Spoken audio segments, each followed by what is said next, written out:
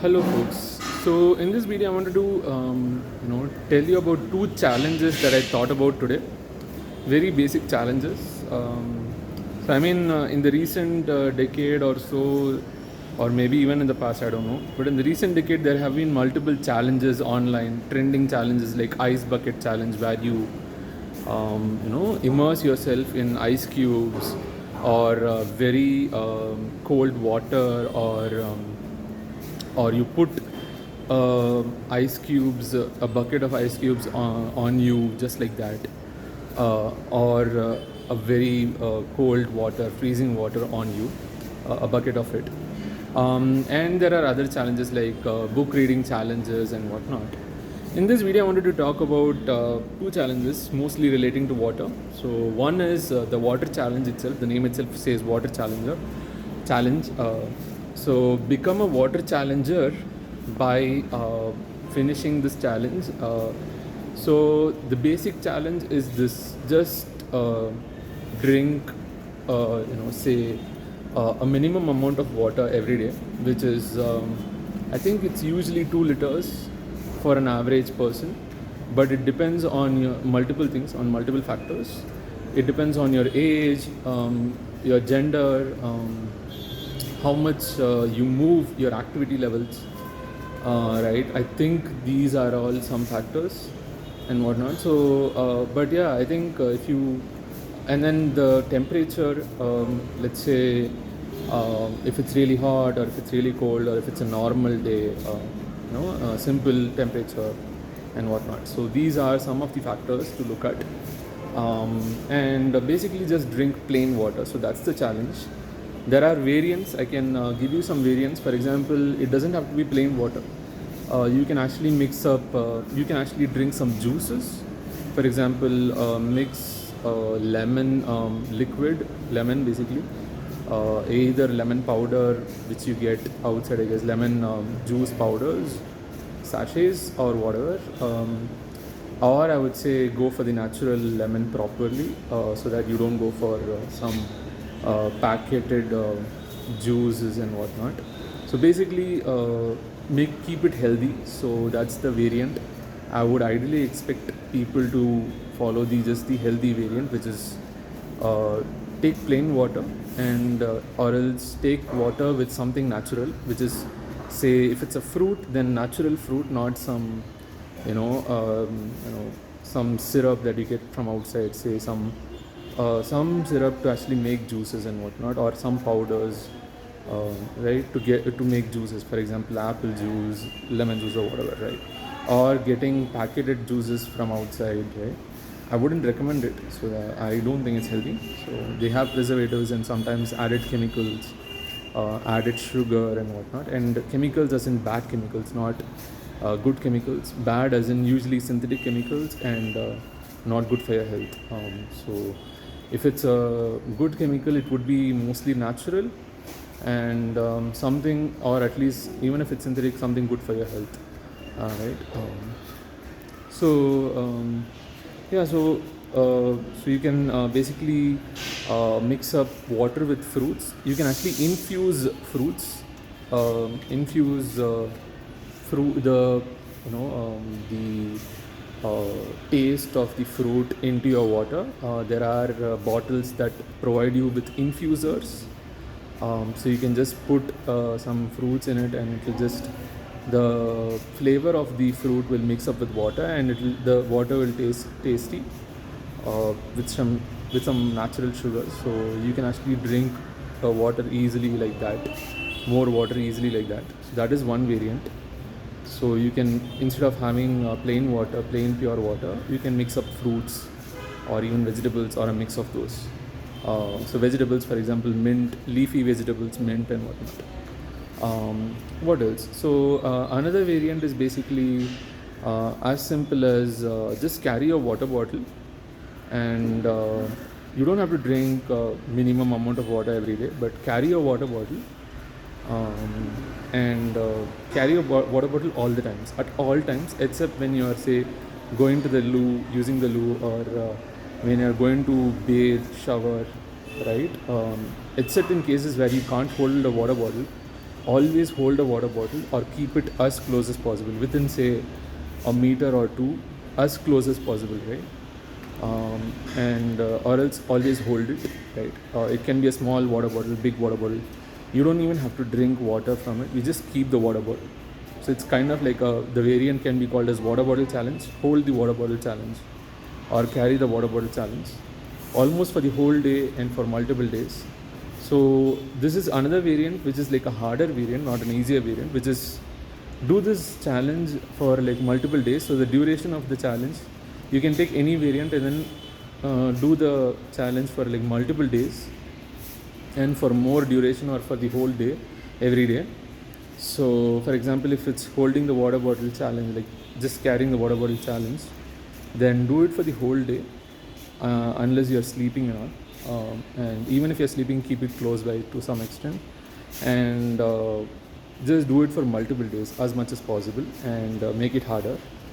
And an easier variant is, apart from juices, you can actually drink milk along with water. So milk, and then you can drink variants with milk like coffee, tea, whatever you drink basically. So anything that has some amount of water content. Another thing that you can do is, another variant is eat fruits and vegetables that have water content. For example, cucumbers have enough water content, watermelons have enough water content. The only tricky thing is cucumber is not a problem, not much of a, I mean, it's plain cucumbers, yeah. Just eat it plain. The variant can be just add pepper or add some toppings. Watermelon, it has quite some natural sugar, so don't eat too much of it, but yeah, that's one thing. And many fruits, most fruits contain water content, so you can just eat fruits and you can drink some water separately, but you can eat fruits with water content. So that is one variant. So these are some variants you can go ahead and like follow these. The other thing is, based on the same challenge, based on water challenge, a related challenge is called the sweat challenge. So basically every day make yourself sweat. So this can be really hard or really easy. Make yourself sweat at your own will at any time, so the easy variant is somehow make yourself sweat. A healthy variant would be use some natural method. For example, don't use some hair dryer or hair blower and blow heat on yourself and heat up your body or heat up parts of your body and make it sweat. So in a healthy manner and in a natural manner. What is allowed, for example, you can actually use equipments. For example, some people, if they are actually working out, say lifting dumbbells or barbells, they can start sweating, right? So you can use equipment, but don't use any equipment that directly heats up your body, right? Causing you to sweat. And then so you can use equipments like gym equipment, right? To help you work out, to actually sweat yourself. So every day sweat yourself. So one, and a natural variant as part of this is like a healthy way is naturally doing it. For example, do some exercise, walk around. If walking doesn't make you sweat, run. If running doesn't make you sweat, run faster, right? And you can stand in the sun, under the sun, if you have sun in your locality, in your location. And slowly you can make it more healthier. Healthier variants would be standing under the sun at the right time to get vitamin D, for example. But I don't think you can get enough vitamin D. At least that's what my doctor says, that you can't get enough vitamin D just by being under the sun. Given how much we live a sheltered life, if your vitamin D levels are very low, or in general you can't get enough vitamin D just by sun, I think. Anyways, but at least you can get something, right? So standing under the sun at any time will not give you vitamin D, I think. So there is some optimal timing for it. So depending on your location and whatnot, check out the optimal times. I think it's somewhere around a bit early in the morning, but not too early, and but not in the afternoon and whatnot. So yeah, check it out. The next thing is sweat as fast as possible. That is one variant. So start now and then sweat yourself in 1 minute, sweat yourself in 2 minutes or whatever, as fast as possible. You can actually challenge your friends and say, can you sweat on demand at your own will, naturally, as fast as possible, right? This is like similar to plank challenge, wherein you hold a plank for quite some time. There, more time better, harder. Here, lesser time, faster you sweat yourself. It's like kind of like that, but there's no real much advantage to it. So that is one variant. I mean, not much advantage as in for you to sweat yourself. The hint is basically put in more effort. For example, if you are doing exercise, for example, I sweat easily by doing jumping jacks. So you can actually do jumping jacks, for example, and you can do more repetitions, so more reps per set, each set, or you can do more sets. You can reduce the breaks between reps, between sets and all that. So between your repetitions, between your sets and all that, you can reduce the breaks or just make the break almost zero. Alright, and put in more effort and make it harder, and I think you should sweat faster. So yeah, that's one way. And so that is one variant. How much you sweat? So I don't know if you can quantify this. For example, I've seen this one movie wherein a person actually wears a t-shirt and he sweats, and his t-shirt completely gets wet, and then he removes the t-shirt and squeezes it and gets the water out of it and fills up a cup. So if you want to quantify how much you sweat and increase the quantity of how much you sweat, that is one variant. How much do you sweat? How fast? It's fine. You can sweat how much as fast you want or slow you want. But do you sweat a lot? Like, can you sweat a lot on your own, as in at your will, on demand, right? By exercising or being under the sun or whatever, or multiple of these, right? So can you actually quantify and say that I actually sweat, say, 1 cup, this much of water or whatever, by somehow quantifying it, right? So that is one variant. So what are the advantages of following this whole or trying this whole challenge, the sweat challenge or the water challenge and all that? The thing is, first of all, the water challenge, if you drink more water, it's good for you. But yeah, overhydrating can be tricky. But I have a problem with overhydrating myself. I drink too much water and too much water at once and whatnot, which can be problematic also in some ways, but not too problematic. But it depends. Anyways, but I don't think many will overhydrate themselves. I don't think people love water so much. So one advantage of drinking so much water would be you will become a hydrophobe. I'm sorry, not a hydrophobe. That is being scared of water. I think I forgot the name. Basically, you will become a person who loves water. I think at some point you will start drinking so much water that you just get used to it. Probably you'll get an acquired taste, though water doesn't really have any taste. You'll get an acquired liking and love for water. It's good to drink water to hydrate yourself. A lot of percentage of your body is water. I think depending on your age, gender and whatnot, probably 50%, 60% or even more can be water. So you need water. You need water to, say, if you want to cry, tears is basically just, I think, formed using water. So if you want to cry or if you need to sweat and whatnot, right? So, and even your digestion, the whole digestive system needs water and whatnot. So water is required for quite some things in your body. So water challenge will help you with that. So it's a kind of like a healthy challenge. So, and the sweating challenge, it will help you understand a few things. It will actually test if you actually can sweat, which means if you can sweat, which it means that your sweat glands are working, which is a good thing. If you are not sweating, it's a problem, because let's say you try to warm up your body or heat up your body, say under the sun and whatnot, and if you're not sweating, it basically means something is going wrong. Either you didn't drink enough water. If you don't have enough water in your body, you can't really sweat much, right? Or you have enough water in your body, you did drink enough water, say through the water challenge or whatever, and but then you didn't sweat, then probably your sweat glands have a problem, or something in the mechanism of sweating is a problem, though you do feel really hot, right? The thing is, sweating is a natural mechanism for your body to actually cool your body, right? So cool down your body. You can go read about it. So sweat glands help you sweat, And how it works and whatnot, you can go read. I think uh, blood flows, like basically when your body warms up, I think even the blood warms up, and the blood flows close to the skin, right? And I think sweat glands are there on the skin, and when the sweat glands feel the heat, right, they um, start sweating.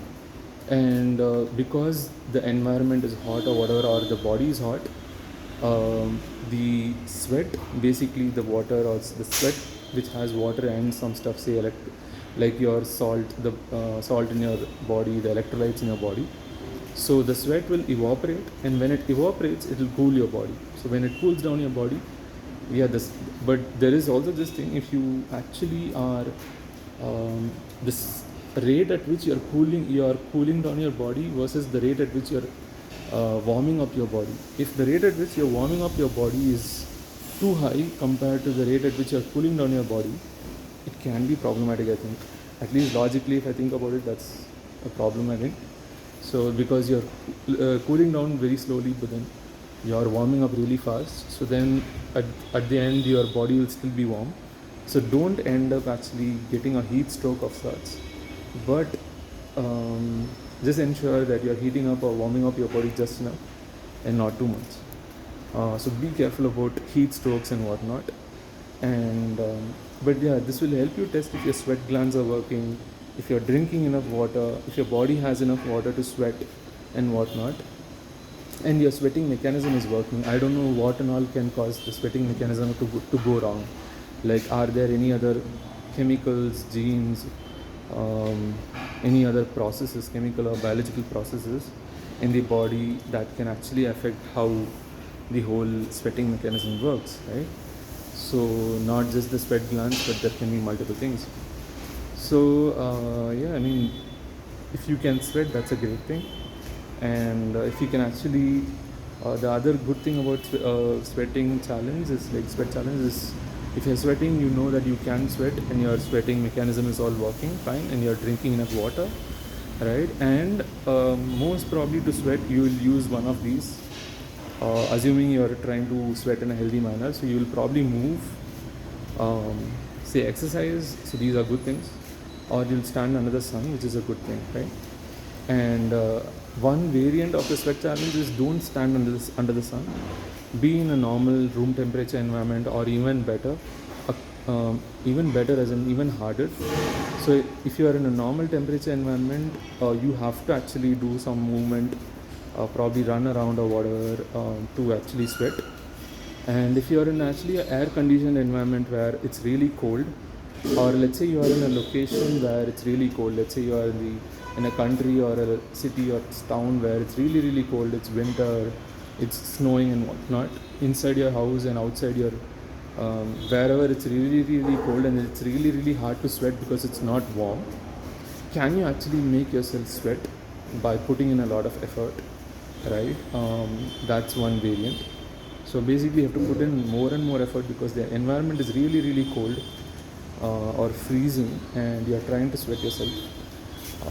So what I have noticed is, for example, when I run really early in the morning, let's say in Bangalore, it can be a bit cold, and if I'm wearing just shorts, it can be pretty cold, and I'm running very slowly, and it can be pretty cold, and I'll need more layers, right? Especially if it's a winter time and whatnot, or if it's not summertime, like normal basic, say just before summer and whatnot, or even monsoon times and all that. Then what I do is I basically start running faster. It's harder to run faster, but then I'm also feeling really really cold, so I try to warm up my body by actually running faster so that I don't feel the cold, right? So basically you will have to move if you are in an air conditioned or cold environment or a room temperature environment. So that's going to be a good thing for your sweat challenge. So it's going to be good for your body, so you can actually work out or whatever. So, and you can do this, another variant can be, you can do this for more duration, say more minutes every day, more minutes at least some days of a week, or you can do it few minutes but every day, or you can do a mix of both. more minutes, and then you can do it every day. And you can challenge your friends and whatnot, and check out who starts sweating faster, who sweats more, who is able to continue this challenge almost every day and whatnot.